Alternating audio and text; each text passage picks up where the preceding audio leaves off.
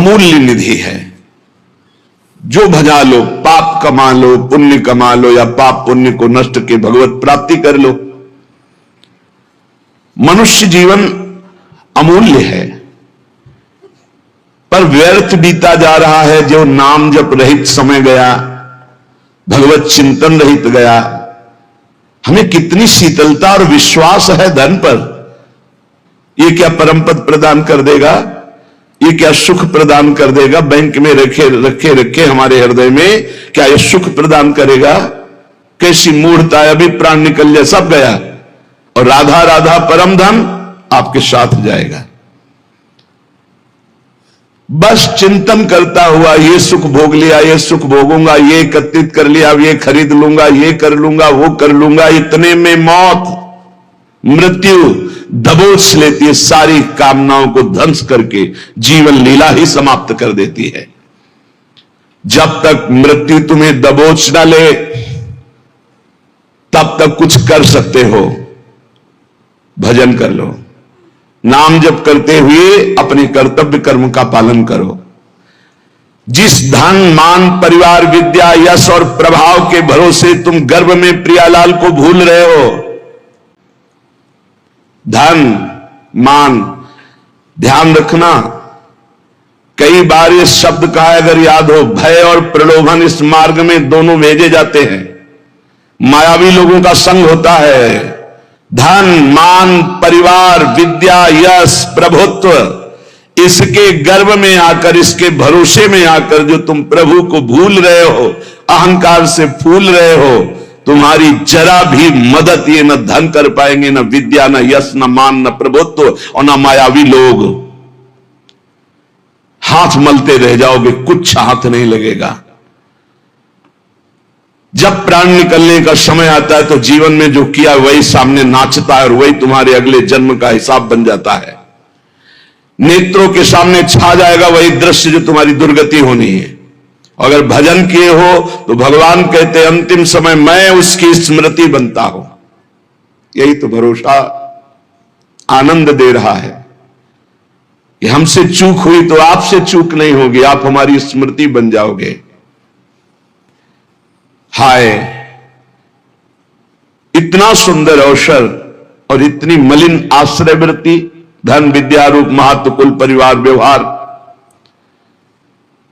ये तुम्हारे किसी काम में नहीं आएंगे। अभी बात मान लो, किसी काम में नहीं आएंगे।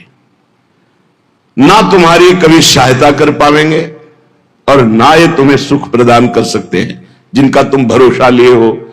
पद का, धन का, प्रतिष्ठा का, व्यवहार का, परिवार का, पक्का। ये उस समय समझोगे जिस समय तुम समझ पाकर कुछ कर नहीं सकते। मन पछितई है अवसर बीते, दुर्लभ देह पाए हरिपद भज, करम वचन अरु जीते। भगवत कृपा मूर्तिमान मनुष्य शरीर प्राप्त होना। आंख ठीक है, कान ठीक है, नाक ठीक है, जबान ठीक है, सब स्वस्थ हो, बड़ी कृपा भगवान की। अब हमको भगवान की कृपा से सत्संग भी मिल गया। अब हमको पता भी है कि सत्य वस्तु क्या है, असत्य क्या है। वैसे सत्य वस्तु क्या है और असत्य क्या है तो गांव गली में भी लोग जानते हैं। जब किसी का शरीर छूटता है ना, माथे पे या कांधे पे 100 रखे होते हैं। गांव से दूर यात्रा में 2 आदमी माथे पे रखते हैं, एक आगे एक पीछे। नजदीक यात्रा में 4 आदमी कांधे पे ले लेते हैं और उस समय गान करते हैं, राम नाम सत्य है। पता है उनको सत्य क्या है, पर गीत केवल गाते हैं, चित्त में नहीं एक बार भी उनके कि हम क्या बोल रहे हैं। अंतिम जीवन लीला का अंतिम फल राम नाम सत्य है। तो अब जीवन भर लग जाओ हर कार्य करते हुए जबान से भगवान का नाम रटना, क्योंकि आज से तुम्हें पता चला कि जिस शरीर को ही बहुत अपना मान रहा था आज उसे फूंका जाएगा, वो नष्ट हो जाएगा। सत्य है तो भगवान का नाम, लेकिन वो केवल गाने में आता है। वो गीत केवल अंतिम समय, शरीर छूटने के समय कि चलो सत्य वस्तु का ज्ञान करा दे, कि राम नाम सत्य है, भगवान नाम सत्य है। दुर्लभ देह पाए हरिपद भज, करम बचन और जीते, मन पछतई है अवसर बीते। अब पछताए का बने जब चिड़िया चुन गई खेत, काल रूपी चिड़िया जीवन रूपी खेत के श्वास रूपी दाने चुन गई, अब क्या बचा। इसलिए सावधान हो जाओ, अपने मनुष्य शरीर को संभालो। तुम्हारा मनुष्यपना इसी बात में है कि इसी जन्म में तुम ब्रह्मबोध या भगवत प्राप्ति कर लो। अनंत जन्मों के भटकन को मिटा दो, नहीं भटकते ही रहोगे, कोई रास्ता नहीं है आगे। अभी समझ में नहीं आ रहा, प्रमादवश अभी लग रहा है मैं मनुष्य हूं, जवान हूं, खूब धन है, मैं भोग लूं। लेकिन शरीर छूटते ही ये मानो दे, फिर तुम परवश हो जाओगे। पशु पक्षी नाना प्रकार की योनियों में तुम्हारी बिल्कुल स्वतंत्रता नहीं रहेगी कि तुम कोई नवीन कर्म कर लो। भगवान की जब अहेतुकी कृपा होती है तब संत मिलते हैं। जिसके जीवन में संत का प्रवेश हुआ, समझो हमारे ऊपर अहेतुकी कृपा श्री हरि की है। अब मोहि भा भरोस हनुमंता, बिनु हरि कृपा मिले नहीं संता। तो जब संत मिले तो उनकी आज्ञा पालन करो, उनके बतलाए रास्ते पर विचार करने की जरूरत नहीं है। संसार के दोस्त मित्र मायावी व्यवहारी, इनसे बात करने पर इनकी बात पर विचार करो। बिना विचारे जे करें ते पाछे पछताएं, काम बिगाड़ो आपनो जग में हो हंसाए। पर जब संत सदगुरु बात करें तत्काल उनकी आज्ञा के पालन में तत्पर हो जाओ। बिना ही विचार करी शुभ जानी, वहां विचार की गुंजाइश नहीं है। याद रखो, मनमानी आचरण करोगे तो जीवन असफल हो जाएगा, और संत आज्ञा में रहोगे तो जीवन सफल हो जाएगा। तुम्हारे ऊपर भगवान की अहेतुकी कृपा की वर्षा हुई। मनुष्य शरीर, संत समागम, भजन पद्धति का तुम्हें ज्ञान हो रहा है। तुम्हारे सारे पाप संताप जल जाएंगे। तुम्हारा हृदय आनंद और शांति के सुख में डूबने लगेगा। तुम भगवत प्रेम की धारा में डूबकर परमानंद को प्राप्त करोगे। परंतु याद रहे, केवल नकल की हम बात नहीं कह रहे, हम असल बात कर रहे हैं। आज लोग केवल बाहरी बातों पर ध्यान देते हैं, आंतरिक वृत्ति पर नहीं ध्यान देते। आप जितना फैलाओगे आपका चिंतन फैलता समा जाएगा। समिटे सो आशिक, फैले सो जमाना। बात मान लो, समिट जाओ। जितना समिट जाओगे उतना जीवन मुक्त होते चले जाओगे, जितना फैलते चले जाओगे उतना फंसते चले जाओगे। तुम्हें नहीं दिखाई दे रहा, तुम्हें लाभ दिखाई दे रहा है, हमें हानि दिखाई दे रही। अपने माने हुए लाभ का त्याग करके संत और गुरुजनों की मानी हुई वृत्ति पर हमें अपनी वृत्ति बैठालनी है।